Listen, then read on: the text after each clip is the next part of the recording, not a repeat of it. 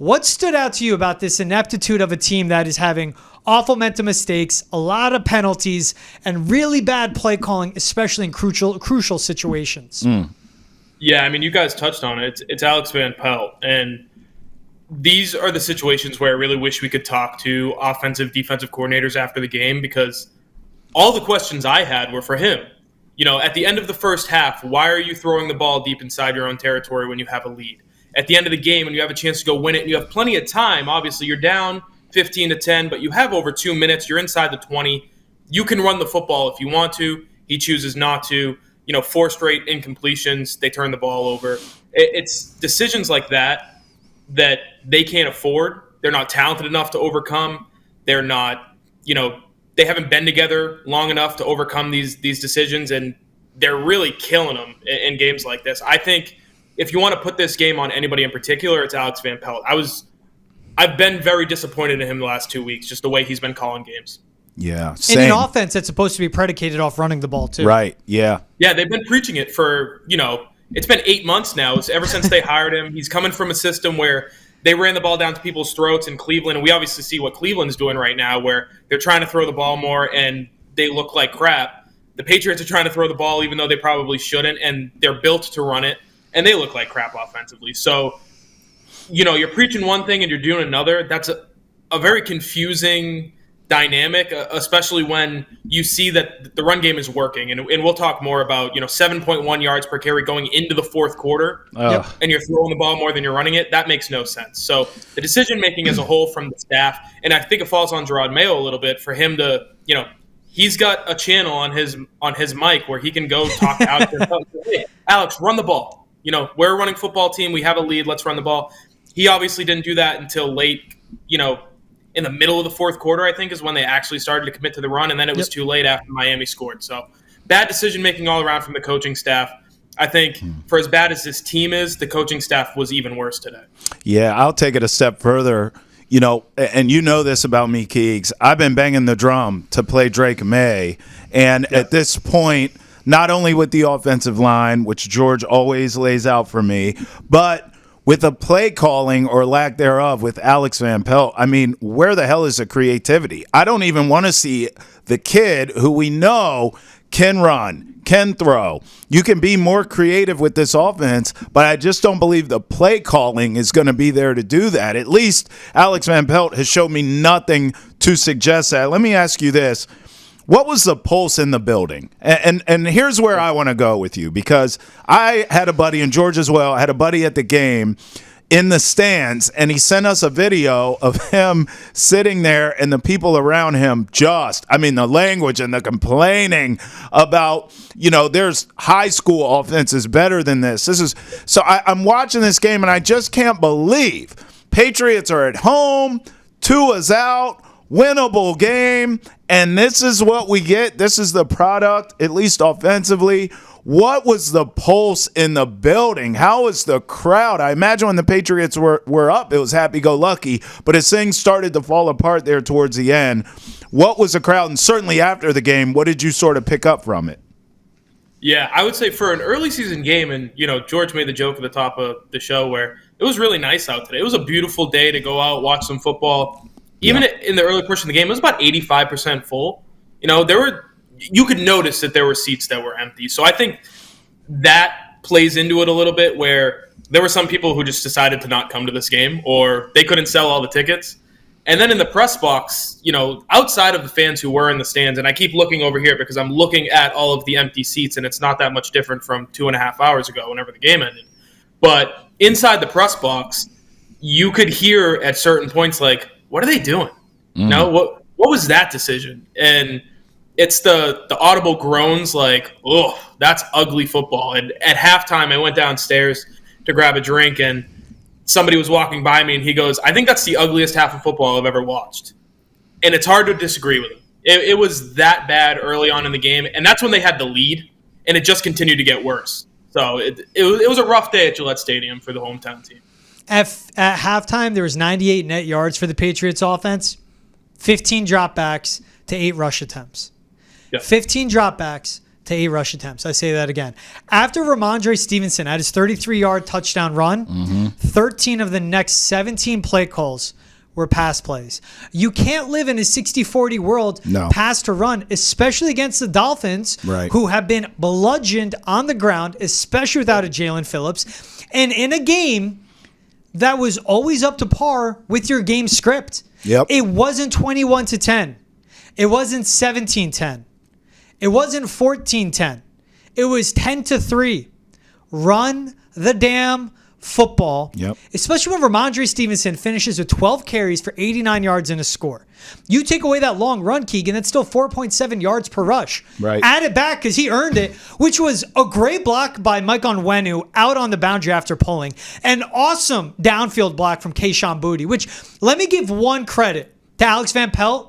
You benched Tyquan Thornton because he was an absolute nothing at receiver, and you gave Tyquan Thornton more burn. Jalen Polk played every offensive snap. And the 5 we saw up front, Vidaria Lowe did not allow a single pressure at left tackle.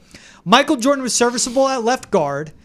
Nick Lever was terrible at center in the pass pro, but got the job done. Mike Onwenu great at right guard, and Demontre Jacobs okay at right tackle. Given what you have, those guys did the job, and you cannot argue what they did in the run game. You did everything right, and Alex Van Pelt, leading up to Sunday with the personnel decisions. You can say he did that right. Monday through Saturday, perfect. Sunday, he dropped the ball, Keegan, and that's what gets me with this one. If you run the ball, minute 12 left, you're in Miami's territory, you have all 3 timeouts, 4 straight pass plays. Run the ball, and maybe you score and break it because that defense wasn't stopping you. Just like what Miami did when they got a second life after that Christian Ellis defensive pass interference. They ran the ball 7 straight times before taking a game-leading touchdown off an Alec Ingold fullback dive. The opposite sideline was literally showing you what to do, and Alex Van Pelt did not pick up on it. Yeah, and I wouldn't even give Van Pelt credit for the personnel moves. That's a Robert Kugler and that staff, the offensive line coaches, they decided to make that. Scott Peters is the actual offensive line coach. They make those decisions, right? Scott Peters said earlier in the week, Mike Onwenu is our best offensive lineman, but he's at his best at right guard. In a perfect world, we move him to right guard, and it makes the entire offensive line better. They did that. And the offensive line, this is the best they've looked all season. I'll say even better than in Cincinnati in week 1 in the run game. Right? So your first 2 dropbacks of the game, Jacoby Brissett gets sacked. And it looked like it was going to be a long day. Right? Nick Leverett at center you can't trust him in pass protection. He's a good run blocker. It's the same thing with Layden Robinson, who got benched this week. Great run blocker at right guard. You just can't trust him in pass protection. So first 2 dropbacks of the game, quarterback gets sacked. You start to run the ball a little bit. You score a touchdown on your second drive. Going into halftime, you have a lead. You get the ball back with under 2 minutes left. Deep inside your own territory before halftime. They run the ball for 8 yards on the first play of the drive. George, Travis, anybody, do you want to guess what they did on the next 2 plays? Passed it twice, then they punted. Deep shot down the right sideline for no reason, and then an incomplete pass on third down. You punted away. Miami should have had a chance to kick a field goal. They had a penalty of their own that backed them out of field goal territory. They ended up punting it. The Patriots, again, tried to pass the ball with less than a minute left in the half. To make something out of nothing, you're not good enough of a team to do that. The risk-reward in that scenario is astronomically toward the risk side. There was no reason to pass the ball there. That's in the first half. And then, like we said, going into the fourth quarter, you're averaging 7.1 yards a carry. You've only run it 18 times at that point. You've thrown the ball 23 times. You shouldn't ever – the New England Patriots, the 2024 New England Patriots, should never throw the ball more than they run it. Because if they do, it's a losing recipe. We've talked about it time and time again. They've talked about it. They've admitted it. But they're still kind of going in that direction where they want to throw the ball. They want to open things up. That's not how this team was built. So in this game, when they had a chance to win late in the game, they decided to throw the ball. They deserve to lose it there. And we'll talk about the Jalen Polk catch, I assume, because he technically caught the ball and he got both feet in bounds. He just didn't keep the right foot only in bounds. His heel came down and he stepped out. A brutal, talk about the fans in the crowd, from as happy as I've seen him in the last 2 years to as miserable as I've seen him. It's swings like this that happen when you're playing outside of your structure. And that's what the Patriots continue to do. They're playing outside of their structure, which is a losing recipe for them. Yeah, we could talk about the catch now. I thought Polk really all year has looked fine to me. And on that catch or non-catch, Keegs, I don't really blame the kid. I mean, he did the best he could. Technically he got the toe in if you want to give him the toe tap. But by the letter of the land, that's not going to get it done. I just felt like it shouldn't have came down to that. I said this to George on Boston Has Entered the Chat, which you can catch on Nesson's YouTube, Facebook, Twitch, wherever you get your podcast. Make sure you follow us on all your social media accounts as well for all of our best content. But I said to George. Follow Keegan, too. I said, look, and follow Keegs as well. I said, that's where having an anemic offense really kills you, because it shouldn't have came down to that play. Like, if you score one more touchdown, the game's over, bro. And they just couldn't get it done. Your thoughts on the last play that we understand was not a touchdown? Many of us was hoping it was, but it shouldn't have came down to that, Keegs. Yeah, no, you're absolutely right. It shouldn't have come down to that. I think Rhamondre Stevenson took a helmet to the calf. He said after the game, "I'm fine, whatever." Yeah. We had to make sure that it was just like a cramp in the calf. It wasn't anything more serious than that. He left the field, and I think immediately when he walked off the field, they went, "We have to throw it." Oh.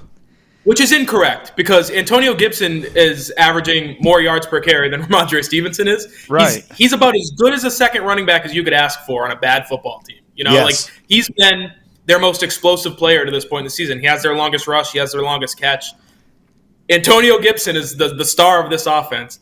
But, he comes in and you decide you have to throw the ball, and it's 2 straight incompletions. On second down, it's that Jalen Polk catch, non-catch. By the letter of the law, like you said, it's not. He couldn't keep the foot in. I wonder if that's an issue of him not being able to keep the foot in just off of physics, which it kind of looks like it would have been impossible for him to tap the foot and then bring it back up to make sure you count it. Or is that him not knowing the rule? What is that? I wouldn't say it's that. It was just a matter of the throw was a little high. He had to try to make a play on the ball, and he couldn't come down with it. Right. I think everything that led up to that point, though, is the problem. And I'm going to continue putting this on the coaching staff before I do the players, because we know what this roster is. And they've been very upfront. Jerod Mayo has been very upfront about, we know we're coming off a 4-13 season for a reason. The roster isn't what we need it to be, but we're going to play into what it is and how we can be successful. And they just haven't done that. And that's the frustrating part about watching a team. You know what they can do to be successful, and they refuse to do it.